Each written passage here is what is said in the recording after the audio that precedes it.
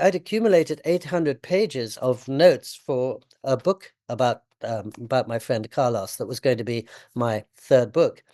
And then I was back here in Santa Barbara, California, and one day I was sitting in my family home, and the house got burnt to the ground with me inside it. I was stuck in the middle of the worst fire in California history at the time for 3 hours, and I lost everything in the world, including all my handwritten notes for my next three books and my all the notes I'd accumulated over my many trips to Cuba that were going to be the basis of that book.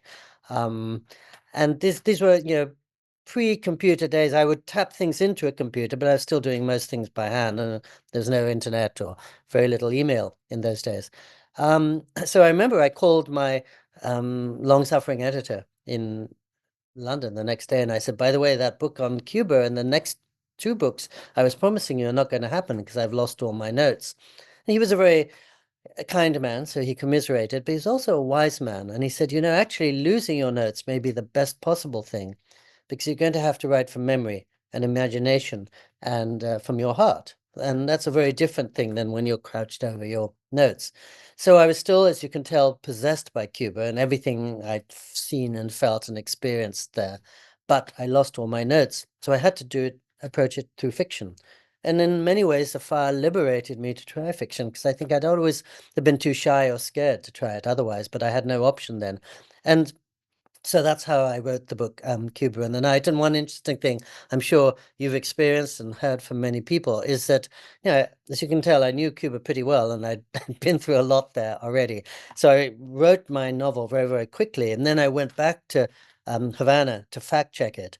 And pretty much everything I'd remembered with confidence was wrong. What was an oak tree was a willow tree, and what was a blue car was a green car, and what was on the 21st floor was on the 18th floor. So it was a humbling and useful reminder to me that memory is basically a fiction maker. It's an unreliable narrator. What a But it was good. It was a remarkable. fun adventure to write the book. Please repeat that last part. I'll edit it in. Oh, that memory is an unreliable narrator and is a fiction maker. um, and there's nothing wrong with it. If you and I were next week to remember our conversation, of course we'd remember it in different ways. And neither of us would probably be accurate, but both of us would be true to the emotional feeling we got from it. Well, what a remarkable story. We run promos before I've shot my host clips and including your new book, which we'll get to in a bit. I'm going to include this story as the other one because what a powerful story that is. My God, to lose everything. Yeah, every last thing. So, yeah, I mean, there are a lot of stories I can tell you because I've been Well, it's writing. your episode, sir. We want you to. The whole point of this is a streaming TV show. The whole point of this is that you feel like we have covered your catalog by the time. Yeah, I mean, I didn't want to give you very long answers, but to continue in that, so I was caught in the middle of the fire for 3 hours. The only thing that saved me was a good Samaritan who'd been driving along the freeway and he saw a fire break out in the hills and he had a water truck. So he drove up to be of help and then he got stuck right next to our driveway. And so when I drove down my driveway to escape and saw I couldn't escape, he was there in the middle of the road shirtless in his shorts with a hose. And every time a wall of flames approached from the west, he poked the hose towards it and it receded. And then it would approach from the east and he'd turn around and poke the hose. And by saving his life for 3 hours, he basically saved mine. But at one point, for 45 minutes, I was stuck right under my house and I could see the fire systematically making its way through the living room and then descending to my bedroom and wiping out every childhood toy and memento and keepsake. And then my office and then wiping out not just those books, but some of my boyhood dreams of being a writer seemed to go up in flames. And finally, after 3 hours, a fire truck could get to me and tell me it was safe to drive downtown. So I came downtown and I went to an all-night supermarket and I bought a toothbrush, and that toothbrush was literally the only thing I had in the world. And then I came to this building where I'm staying now, which is owned by a friend, and I slept on to sleep on the floor, and I was sleeping on the floor for, of course, many months as we slowly reconstructed our lives. But one interesting thing is that before I went to sleep that night of the fire, I thought, wait a minute, I'm a columnist for Time magazine, and I've just had this front seat view on a major news event, the worst fire in California history at the time. So I went to my friend's computer and I wrote an account of the day I had just experienced. And I remembered sitting in my eye doctor's office and I was restless and scratchy because it's so hot and he was running late. And then I remembered being stuck in the fire. And then when I drove down through the fire, it was like scenes I'd seen from the Vietnam War because houses were exploding on every side, and on the other side of the road, just skeletons of cars. But I'd already begun spending time in Japan, and so I ended my little piece with a haiku from the 17th century I'd found in Japan, in which a Japanese writer called Masahide wrote, "My house burnt down. I can now see better the rising moon." So the very night I lost everything in the world, something in me, wiser than I am, realized it wasn't just loss, and that maybe I'd gained something, and that maybe what was really important was clearer to me now as a result. So I always remember that one can't be simplistic about these events. And the very night I lost everything, I thought it's not only loss. I still do everything by hand, and it's still pretty illegible. And if you can believe it, although I travel a lot and I still work as a journalist, I've never used a cell phone.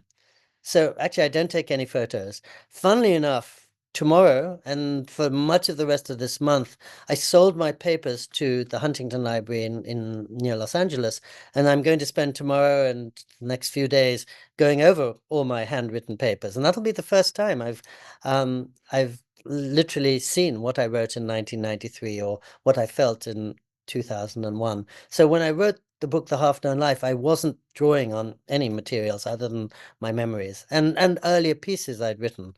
I'd written pieces on all those places, and I took some of that material and recast it for the book. But tomorrow I really will see what my favorite film in 1994 was and other such things. And I will tell you, and again, you will understand this as a fellow writer, that the only change I made in my life after the fire was to keep all my notes, which are still handwritten, in the bank. So I took out lots of safety deposit bank boxes. And until I sold my papers to the library recently, I kept all my notes in the bank so they'd be as safe as possible. Aflame, my most recent book, came out in January 2025, and it's a complement and a brother book to my last book, The Half Known Life, which is about traveling around the world looking for paradise. This is a book about a group of monks who, by definition, have found their paradise where they are and never leave their cloister. So, as you were saying, for 34 years, ever since soon after my house burnt down, I've been making more than 100 retreats with these Catholic monks in Big Sur. Um, and it's interesting because I'm not even a Christian, but they're so tolerant, they open their hearts and their doors to everyone. And the book is about, as the title suggests, the world is on fire. How do we stay calm in the midst of mounting uncertainty? And how do we stay hopeful in this world of impermanence?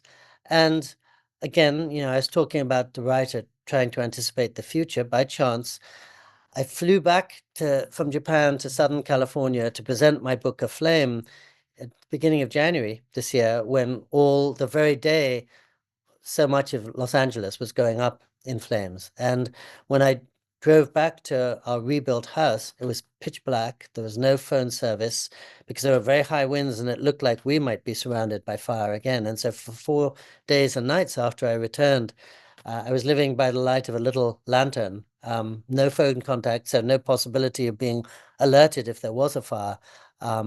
Just hoping I could get through those days. And then maybe 2 weeks later, I presented my book Aflame in Pasadena at a bookstore where a lot of the people there just lost everything in the world, as I had done 34 years earlier.